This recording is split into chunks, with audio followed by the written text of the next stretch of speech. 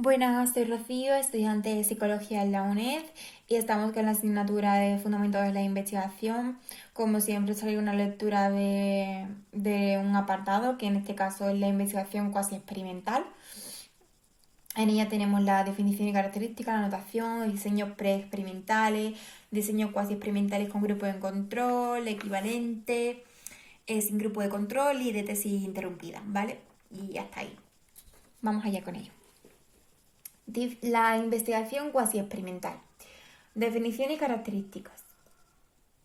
Las similitudes con los diseños experimentales son la manipulación de la variable independiente. Las diferencias con los diseños experimentales es que no se asignan aleatoriamente los sujetos a los grupos. Se reparten mediante un criterio de asignación, ya que existen casos en que la asignación aleatoria no es posible. Y las consecuencias son las siguientes: validez interna y la externa. En la validez interna, una mayor dificultad para controlar la varianza sistemática secundaria que se controlan a través de la aleatorización. El investigador debe identificar las amenazas por otros medios para neutralizarlas, haciendo los grupos lo más equivalente posible o con procedimientos estadísticos, es decir, correlación parcial ANCOVA. O la validez externa, que suele tener mayor validez que el experimento, ya que los estudios se suelen hacer en situaciones donde suele darse de forma natural la conducta y es menos artificialidad, ¿vale? La notación creo que la voy a decir por encima, pero no es algo que yo me vaya a estudiar mucho porque no la entiendo muy bien.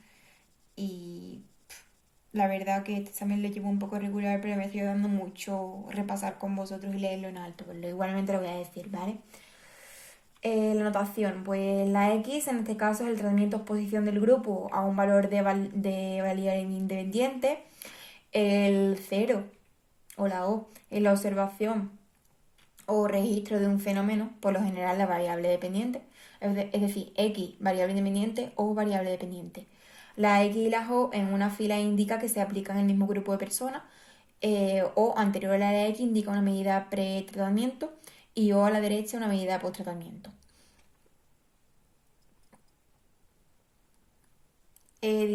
Luego tenemos subíndice, o sea, tenemos unos subíndices que es en el momento temporal en el que se realiza la observación de la variable dependiente, hay una línea de puntos, los grupos no formados por aleatorización. Luego están los grupos constituyentes constituyen una cohorte y la retirada del tratamiento. En la retirada del tratamiento está la X abajo, una línea arriba. Pero bueno, que eso no hay mucho caso, ¿vale? Nos vamos directamente con diseños preexperimentales. Se caracteriza por ausencia de medida pretest y o grupo de control. Y hay 3 puntos. Uno, de un solo grupo con medida post-test, que sería XO, he dicho, variable independiente y dependiente. Carece de control y no se pueden hacer inferencias causales. 2, con grupo control no equivalente y post-test, que sería XO barra abajo o sin pretest, no podemos saber si las diferencias entre los grupos son debidas al tratamiento o a la selección diferencial. Y 3, de un solo grupo con pretest y post-test, es decir, O1, X o 2, por ejemplo. Numerosas amenazas a la validez interna tienen utilidad relativa con aproximación al fenómeno para generalizar hipótesis. Sirven de base para los cuasi experimentales. Diseños cuasi experimentales con grupos de control. Tenemos dentro de grupo de control no equivalente, es decir, grupos ya formados, la regla de asignación a ellos no es conocida. El diseño pre-post con grupo de control no equivalente es similar al experimental de dos grupos. Muy usado en las ciencias sociales. Se usa el pretest para evaluar las diferencias iniciales entre los grupos. Las amenazas a la validez, pues sería la instrumentación, la regresión estadística o la interacción y selección por maduración. Es decir, la maduración de los dos grupos puede tener tantas tasas diferentes e influir en los resultados del post-test. O una interacción selección por historia. En análisis de datos, ANCOVA para separar la varianza error de la primaria y aislar el flujo de la variable extraña. Diseño de cohortes. Os voy a enseñar cómo se haría la anotación del diseño de cohortes, ¿vale? Sería, a ver si se ve. A ver si se ve. Así sería el diseño de cohortes, ¿vale? Es un grupo de personas que pertenecen a algún tipo de institución formal o informal, que se encuentran sometidos durante un periodo de tiempo a las mismas circunstancias y que van cambiando de un nivel a otro en dichas instituciones. Esto lleva a una gran utilidad en el ámbito educativo. ¿Cuáles son las ventajas? Pues poder estudiar cómo un determinado acontecimiento afecta a un grupo, un cohorte experimental, y compararlo con otro en el que no se produjo, por ejemplo, la reforma educativa, un cohorte de control. Se puede tener abundante información sobre ellas, pero no se puede descartar la amenaza de selección, pero las diferencias entre cohortes pueden ser pequeñas y por tanto se pueden establecer inferencias causales razonables. Y luego tenemos también de continuidad de la regresión. En el mismo diseño cual se experimenta algún grupo de control, hemos dicho era no equivalente, y ahora de discontinuidad en la regresión. Es decir, la regla de asignación a los grupos es conocida. Antes no era conocida, ahora es conocida. La regla de asignación al grupo, los sujetos son asignados a un grupo o a otro en función de las puntuaciones en la medida de pretratamiento.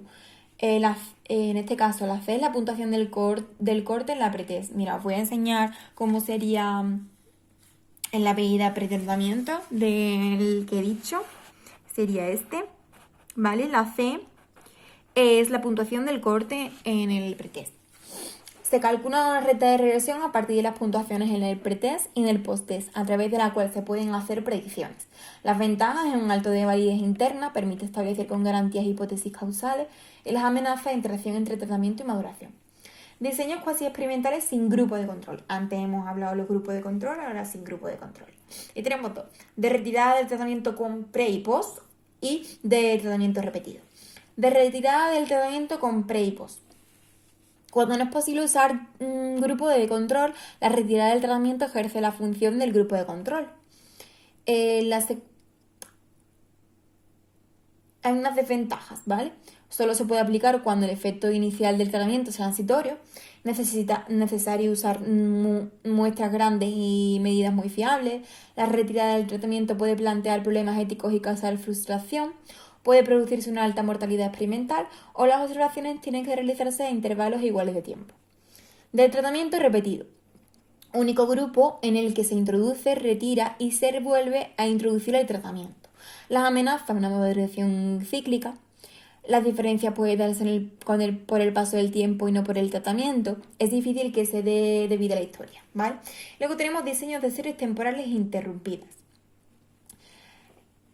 Ya nos hemos salido de los diseños cuasi experimentales sin grupos de control. Ahora tenemos diseños de series temporales interrumpidas. Se toman varias medidas de la variable dependiente antes y durante el tratamiento.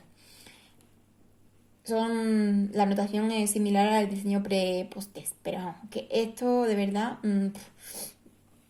yo no me lo voy a estudiar la notación. Requiere un solo grupo y la efectividad del tratamiento se basa en comprobar si existen cambios en el nivel o en la tendencia de la serie antes y después de introducción y tratamiento. ¿Las ventajas cuáles son?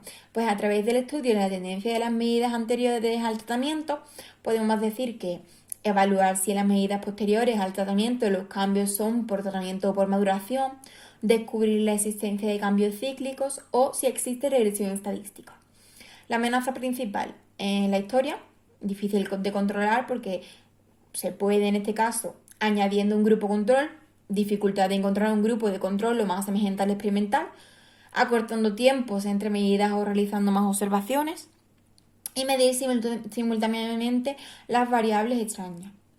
Bueno, pues hasta aquí os voy a dejar en la cajita de descripción todo lo que hemos estudiado y gracias, un saludito.